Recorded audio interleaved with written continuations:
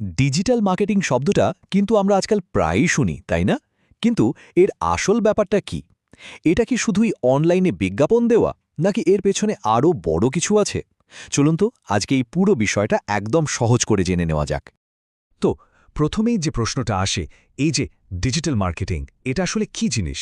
মজার ব্যাপার হলো এর উত্তরটা কিন্তু আমাদের চারপাশেই, আমাদের প্রতিদিনের জীবনেই লুকিয়ে আছে। আচ্ছা, ডিজিটাল মার্কেটিং জিনিসটা ঠিকঠাক বুঝতে গেলে আমাদের একটু পুরনো দিনের কথায় ফিরে যেতে হবে। মানে ভাবুন তো একবার সেই বিলবোর্ড আর খবরের কাগজের বিজ্ঞাপনের কথা।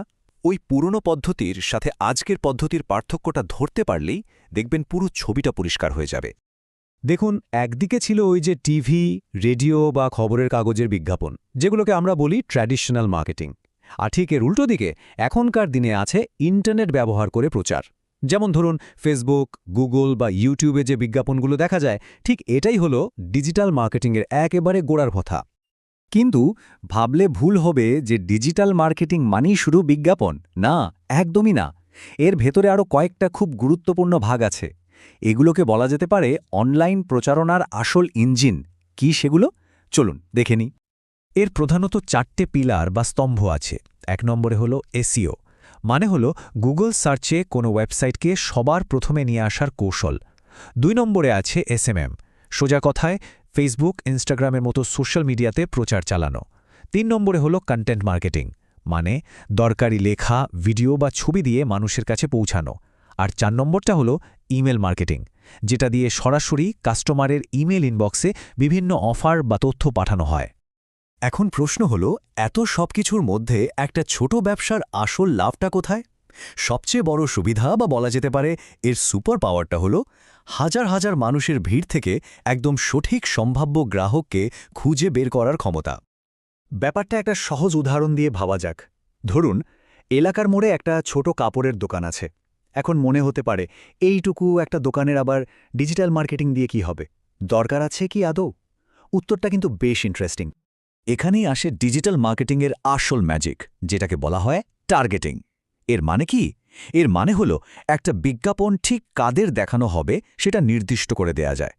যেমন বিজ্ঞাপনটা শুধু কোন বয়সের মানুষ দেখবে, তাদের কিসে আগ্রহ, তারা কোন এলাকায় থাকে, সবকিছু একদম নিখুঁতভাবে ঠিক করে দেওয়া সম্ভব। তার মানে ওই কাপড়ের দোকানটা চাইলে তার বিজ্ঞাপনটা শুধু 18 থেকে 35 বছর বয়সী সেই সব মানুষকেই দেখাতে পারে যারা সম্প্রতি অনলাইনে পোশাক খুঁজেছে আর দোকানটার 5 কিলোমিটারের মধ্যেই থাকে। ভাবুন একবার, এর ফলে বিজ্ঞাপনের পেছনে খরচ করা প্রত্যেকটা টাকা ঠিকঠাক কাজে লাগছে। আর এই যে এত নিখুঁতভাবে সঠিক মানুষের কাছে পৌঁছানো যায়, ঠিক এই কারণেই ডিজিটাল মার্কেটিংয়ে খরচ অনেক কম হয়, কিন্তু ফল পাওয়া যায় অনেক বেশি। তবে সুবিধা কিন্তু এখানেই শেষ না, আরও আছে। শুনলে হয়তো অবাক হতে হয়, কিন্তু সত্যিটা হলো মাত্র 100 বা 200 টাকা দিয়েও একটা ডিজিটাল মার্কেটিং ক্যাম্পেইন শুরু করে দেওয়া যায়। একবার ভাবুন তো, টিভি বা খবরের কাগজের বিজ্ঞাপনের বিশাল খরচের তুলনায় এটা কত কম। খরচ কম হওয়া ছাড়াও আরও কয়েকটা বড় সুবিধা আছে।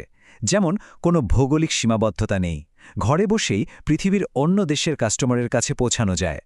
আবার কাস্টমাররাও সাথে সাথে তাদের মতামত জানাতে পারে, কমেন্ট বা মেসেজ করতে পারে। আর সবচেয়ে বড় কথা হলো সব কিছু ট্র্যাক করা যায়। মানে ঠিক কতজন বিজ্ঞাপনটা দেখল, কতজন ক্লিক করল বা কিনল, এই সব তথ্য একেবারে হাতের মুঠোয় থাকে। অবশ্য এত সুবিধার কথা শুনে মনে হতে পারে যে এখানে সবকিছুই সহজ, কিন্তু না, ব্যাপারটা ঠিক তেমনও নয়। এর উল্টো পিঠে বেশ কিছু চ্যালেঞ্জও আছে। তাই সফল হতে গেলে ভালো মন্দ দুটো দিকই জানাটা খুব দরকার। একদিকে যেমন নিখুঁতভাবে কাস্টমার টার্গেট করা যায়, অন্যদিকে তেমনি প্রতিযোগিতাও কিন্তু অনেক বেশি। খরচ কম দিয়ে শুরু করা গেলেও প্ল্যাটফর্মগুলোর নিয়মকানুন প্রায় প্রতিদিনই বদলায়। তাই এখানে ধৈর্য ধরে লেগে থাকতে হয়, আর সবসময় নতুন জিনিস শেখার জন্য তৈরি থাকতে হয়। সব শেষে একটা কথা বলতেই হয়, আজকের যুগটা চলছে কিন্তু স্মার্টফোনের স্ক্রিনের উপর ভর করে। তাই ভবিষ্যতে যে কোনো ব্যবসার জন্য ডিজিটাল মার্কেটিং আর কোনো অপশান থাকবে না। এটা টিকে থাকার জন্য জরুরি হয়ে দাঁড়াবে।